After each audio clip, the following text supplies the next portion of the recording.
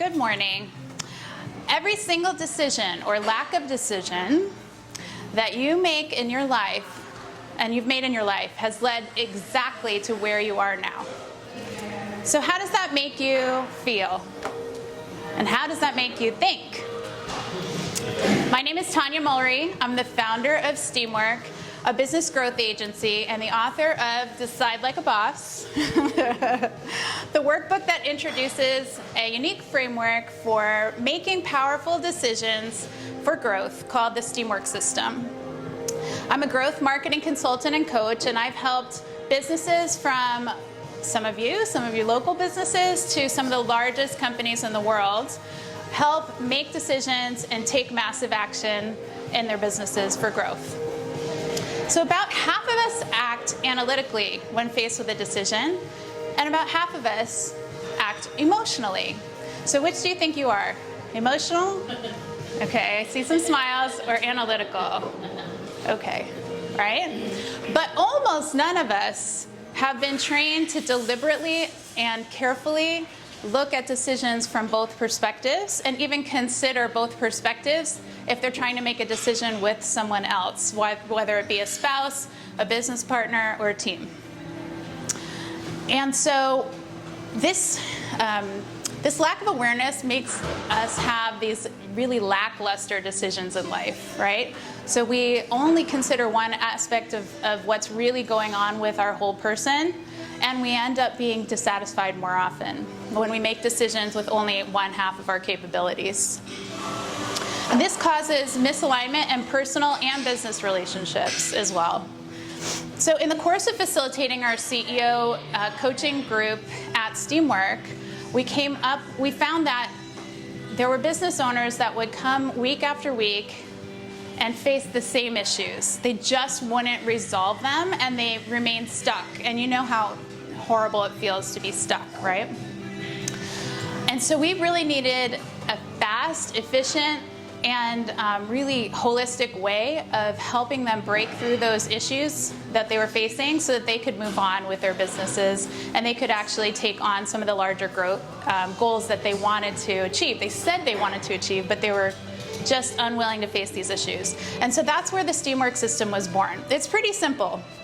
So in the course of a 20-minute group coaching session, we go through the process of analyzing STEAM.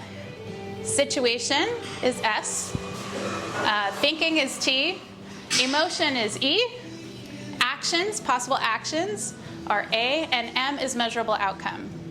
And once we've really gotten that explanation out from the business owner, we let the other peers in the group really have at it and share their expertise, the multiple perspectives. That's where the mastermind effect really comes into play, because it unlocks a world of possibilities that the entrepreneur who presented the situation really couldn't have considered before, because it was outside of their sphere of potential.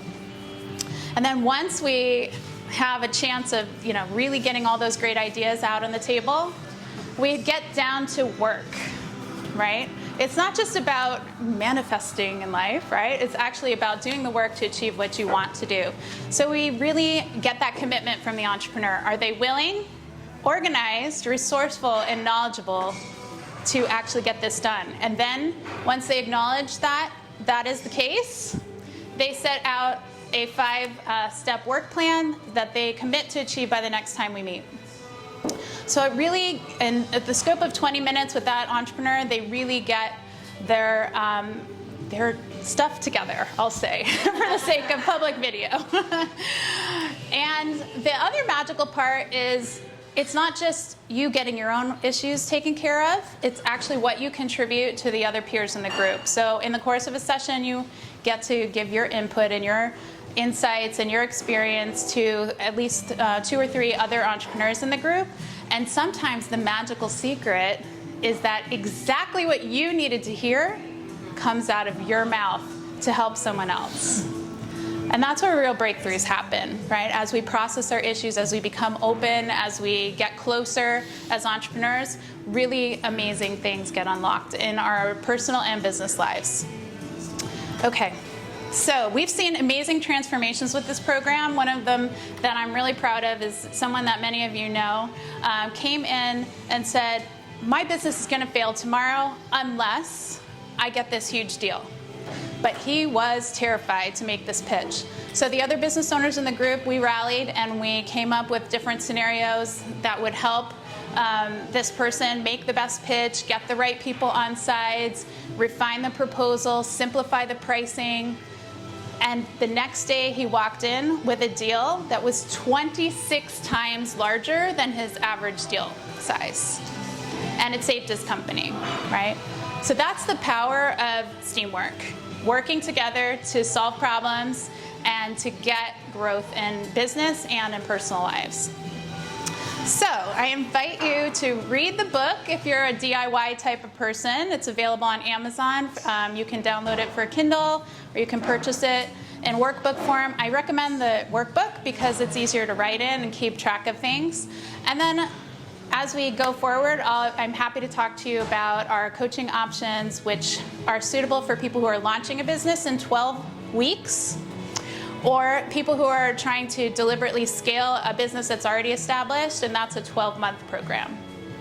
So I'm assuming I'm out of time right now, right? Just went off. Well done. Oh. All right. Man.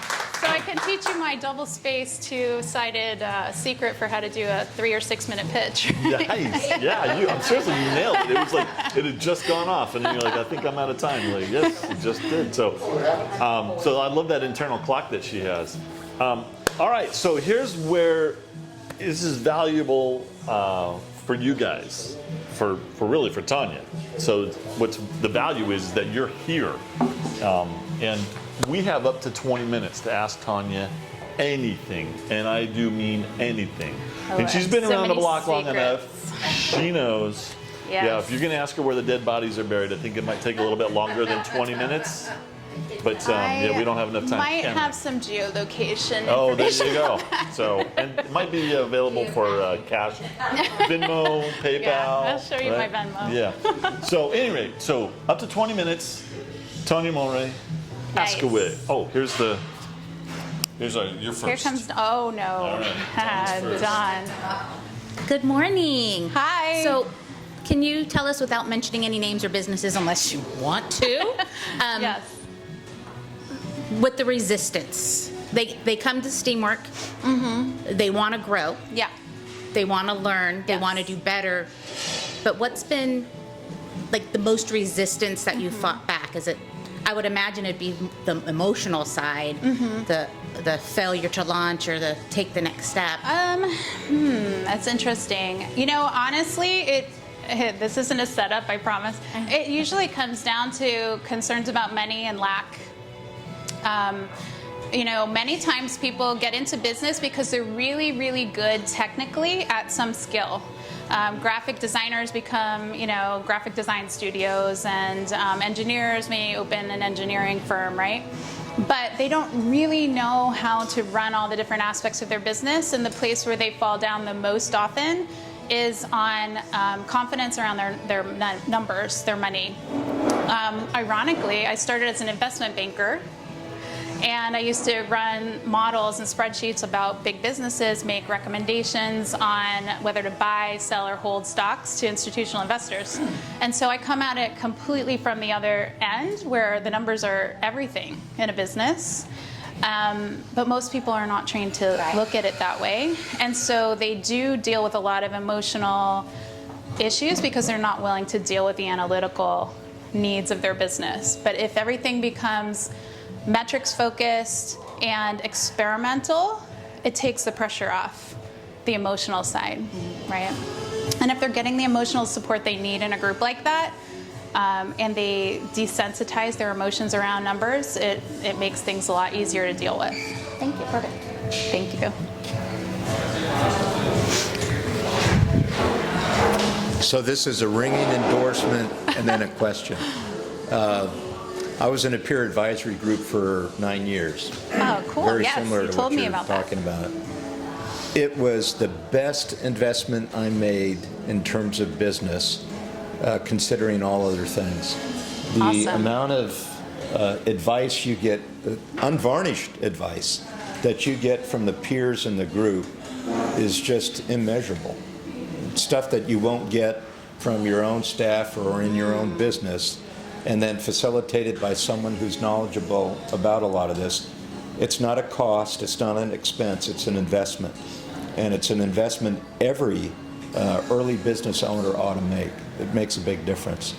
So can you tell me what your structure is of the program itself? Just outline how you actually manage it, whether it's week to week, month to month, and how that's outlined. Okay, so the launch program has a certain sequence of activities that need to go into really starting a business, and we might, and I don't remember the exact order, but we have to deal with, who's your target audience and how do we craft a value proposition. What is that first? I call it the irresistible value that we can offer to your audience to start getting traction, start getting some revenue. And then ultimately we build the marketing plans. My background is my agency has been doing websites and digital marketing since 2010. And so we can help set up all of that. And then by the end of the 12 weeks, you're ready to start putting it out there. That's appropriate for people who maybe are just starting in business and or are launching a new product line, right? And then when it's the scale part of it, we meet on a monthly basis, and it is, in the past we've been meeting in person, and I really love meeting in person, but we are, I think, restructuring this as we go to launch this in September. And we may do virtual for the sessions, and then get together quarterly as a social event as well, just to be able to see each other in person without the pressure of having to run out of our offices all the time. And that would help us serve a wider variety of the businesses that I typically deal with. So my background and specialty has been in software and in helping software companies scale. So we may have a special group just dedicated to software, a special group dedicated to more local focused businesses. Your group size goal? My group size is between 12 and 24, depending on the number, but the intimacy of the group comes from breaking it down into pods of 3 to 4 people to work through the Steamwork system during each session. Because typically there is something blocking progress, and we want to make sure people can clear it out, and that's the staple exercise that we do every time. There will be a different exercise to introduce the session to help people make progress down their path, but the Steamwork system is the core piece of it. Thank you, Paul. Ooh, Melanie. Thank you so much. Thank you for the great presentation. Thank you. So in working with individuals, I know the primary emotion that comes up for a lot of people that are starting a business or in the midst of their business is fear. Yes. How do you address that fear component in individuals and perhaps understanding where it comes from initially to begin with? What's interesting is fear is useful. Fear is useful in motivation. And so I found there's some schools of thought that are like, let's just really all be positive, and that never resonated with me. I see people's emotions and thoughts as being really powerful. And in the course of the Steamwork system, we actually ask them to categorize what looks positive to you, what seems negative to you, with a plus or minus. And then we ask them to reconsider and actually process those in what I call a belief battery. Because when you lay it all out and it's super clear and you understand that there may be things holding you back and there's always going to be negative self-talk, it's impossible to shut it off. But that helps propel you forward. It gives you energy forward from this dark side that you're maybe not comfortable with to the potential and the opportunity that you see on the light side of your Steamwork system as you've written it out. You got to picture it. I guess I could hold it up. And that actually creates tremendous excitement in the session itself to propel you forward to pick all of the possible actions and to brainstorm. And when you get this like amazing, it's like a tornado, I don't know, it's like this tornado of opinions and advice and input and support and people telling you that they believe that you can do it, it's amazing. So it does unlock and kind of like overwhelm the fear, if that makes sense. The fear is no longer relevant at that point. So for example, the gentleman I mentioned earlier had a lot of fear coming into that session. He was terrified he was going to lose his business, and it was about money, right? He was like, there's nothing in my bank account if I don't get this deal. My bank account is empty. We have to go get JOBS, and a lot of us don't want to get JOBS. Right? But at the end of the session, I said, how do you feel? He's like, there's no way I can fail. And you know who it is now that I said that. Some of you know he's a frequent visitor here. But the tremendous change from the beginning, I'm going to fail. He said, my back is against the cliff. I am going to fail tomorrow. Like that was his plan going in to, I cannot fail. There's no way I can fail. It's impossible. In 20 minutes. That's when I knew I had to bottle this up and help as many people as possible use it. So it's funny because almost every decision when it comes down to it is about that, right? So it works in having better discussions with your spouse. It works in having a discussion with my son for an hour and a half about dropping out of advanced trigonometry, which I of course did not want, but we worked it out. We actually went through the system, even though you can do this and remember it without writing it all out in your conversations with others. It's pretty powerful. So it's a cool technique I want to be able to use in group settings like this, but also potentially corporate training and other avenues.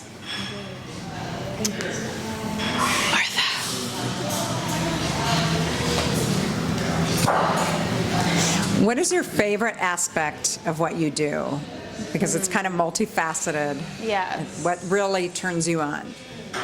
I am a problem solver. I just love untangling riddles and problems. I love it when people tell me, oh, that can't be done. And in my corporate life, I worked at MasterCard for 10 years, and they would give me all the crappiest projects. It was ridiculous, like the sinking ships and the things that no one else would touch, and I could always turn them around. So I love casting a vision and figuring out how to get there, but I also love being challenged. And so I think that puts me in a unique position to help people in this business, and that's, the impact, the legacy, the helping people with transformation is way more important to me than anything else. What are the biggest challenges, since you just said you love challenges? What are the biggest challenges you see when people come into your groups or into your circle? Yeah. What do you see getting in the way of progress? So one of my sweet spots, my target market, seems to be solopreneurs who are just putting their toe in the water with hiring or expanding their business, doing some automation, things like that. So they want to go from solopreneur to business owner. They want to be able to delegate things, but they're perfectionists.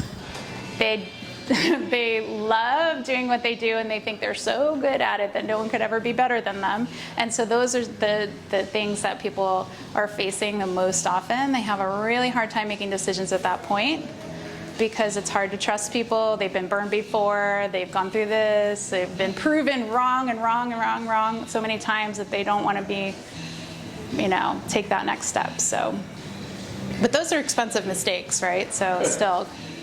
Oh yeah. Okay, I see my man in the corner. I've run out of fingers and toes. Right? It's tough, but maybe it's not just about how bad that other person was, but do you have the structure and the expectation setting and the systems and the processes and the checks and to really make your business work well? That's not always the case, right? We can't always check off the box and say we were completely blameless in this subject. And so it's like dealing with what's going on here and setting things up so that we can help you trust again and make that right decision, who to hire, how to automate, how to systemize. Glenn's got one. Yeah, why not? I've found, and I know this from personal experience, that a lot of solopreneurs are not business owners. Right. Okay, and despite their not having a brand, they have a brand. They are the brand, and they end up in a situation where they're not a business owner, but instead they are a brand that they kind of are a life support system for, and that's about it. Yeah. What thoughts do you have to help them break out of that? Yeah. And I say this from a standpoint of, in my world, I sell partially on the technical and a lot on the emotion. Okay, turning needs into wants, all that sort of stuff. But how to turn that around and use it on myself? You mean you need to sell yourself on the value of? I need to sell myself restated. on myself. Yes. And it's that sort of thing. I mean, and this could apply to anybody in this room, and probably, yeah. Million Cups chapters all across anywhere and any business you could think Yeah. of. How does one get that handle to understand that? Look in the mirror. Right. You're great at advising other people, but Right. you ain't doing it for yourself. Dude, it is you said something really profound, but let's restate it, right? The first person you have to sell on the value of your business is you. Right? Yeah. I feel like we should let that sink in for a minute, because it's huge, right? So if you're having confidence problems, if you're like saying, I'm not really sure if anybody cares about this or if they're going to value this, you're never going to have that conversation with somebody about your business, right? Or you're going to fumble through it and you're going to be very self-conscious. Everything in sales is about serving the other person. Yeah. And if you're inside your head, it's over. Yeah. Right? It's not going to happen.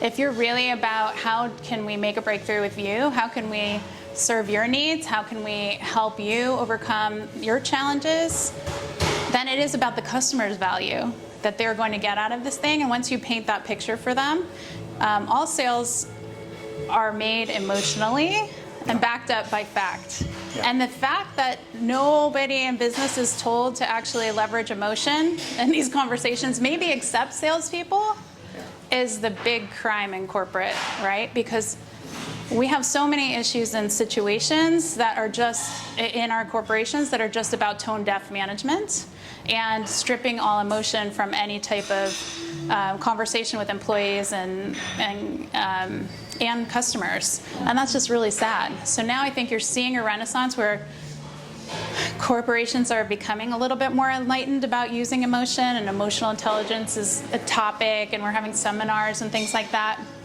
But man, we struggled for years. I mean, we think about how many years we weren't allowed to bring our emotions to work.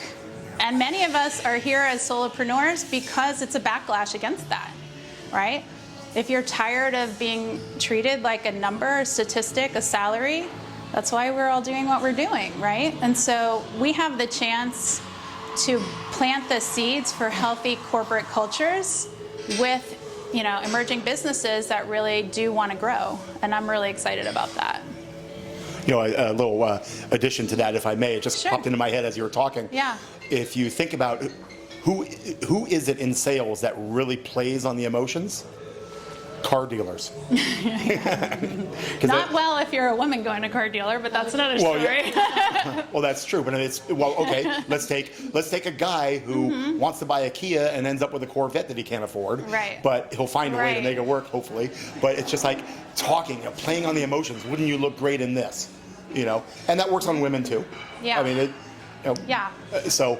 Just don't bother going in a pair and expect to be coddled emotionally. Well, isn't every purchase emotional? Yes. Every purchase, every ad, right? You see very few ads that are all about the numbers. Maybe the cell phone companies, right?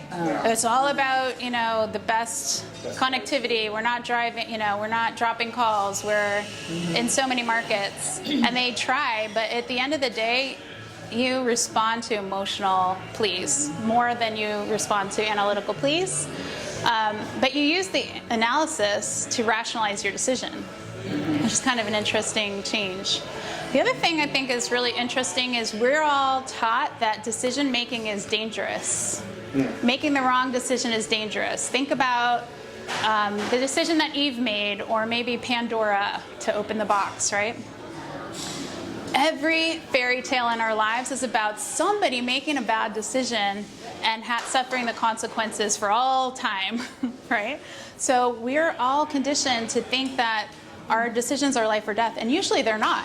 Usually they're very, very simple, and we could make them without all the difficulty if we just had a systematic way of working through them. Oh, right, every Disney movie, right?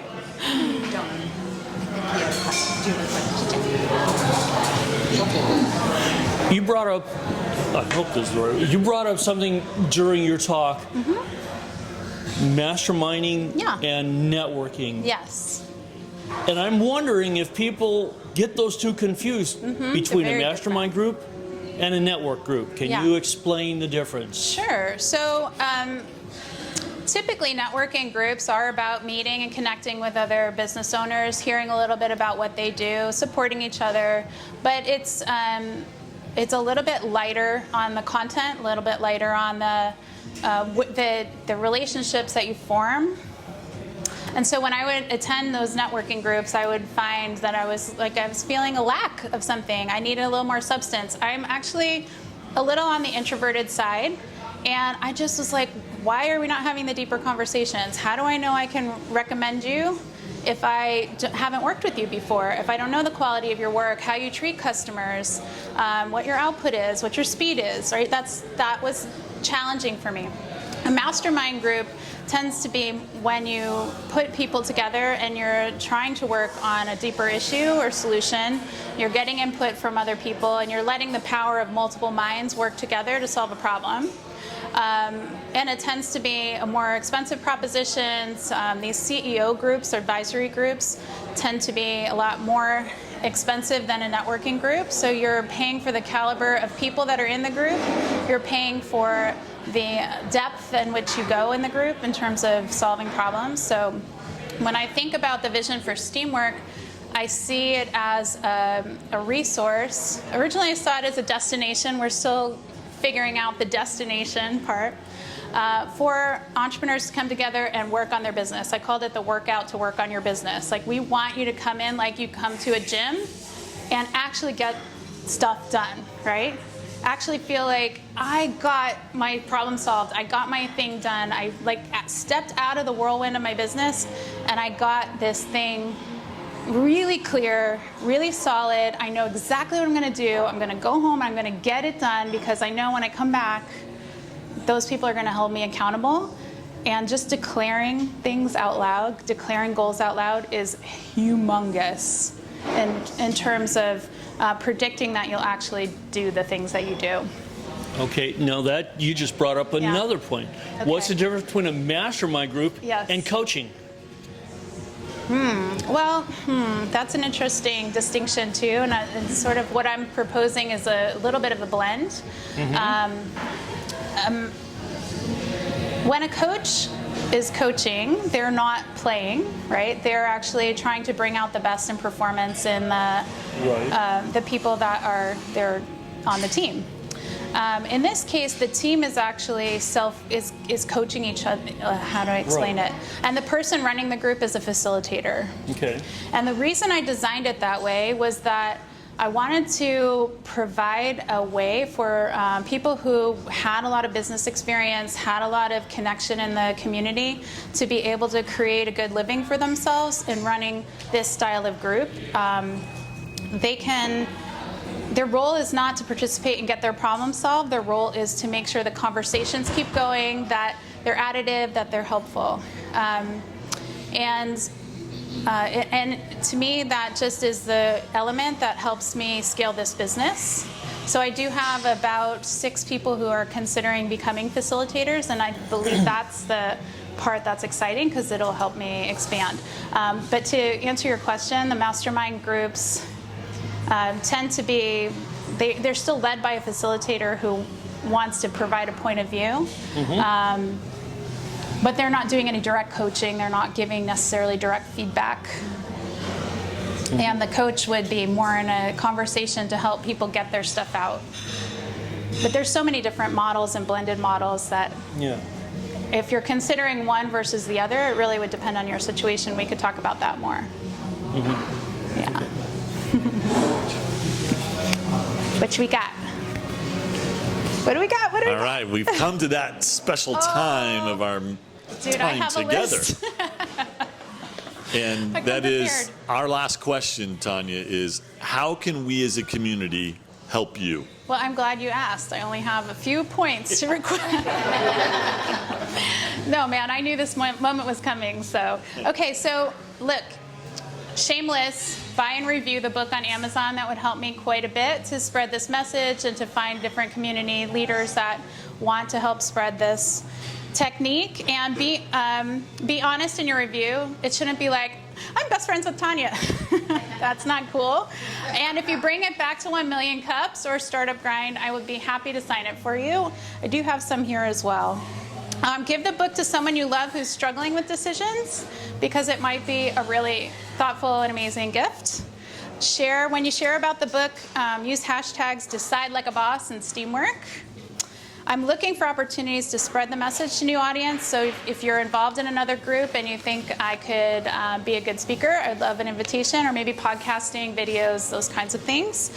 And if you're interested, please apply to our next D-Lab, Decide Like a Boss's D-Lab, when we are meeting in group form, launch your scale cohort, and we're starting in September. And there are some bonuses for doing that, so you can talk to me more about that later. All right, awesome.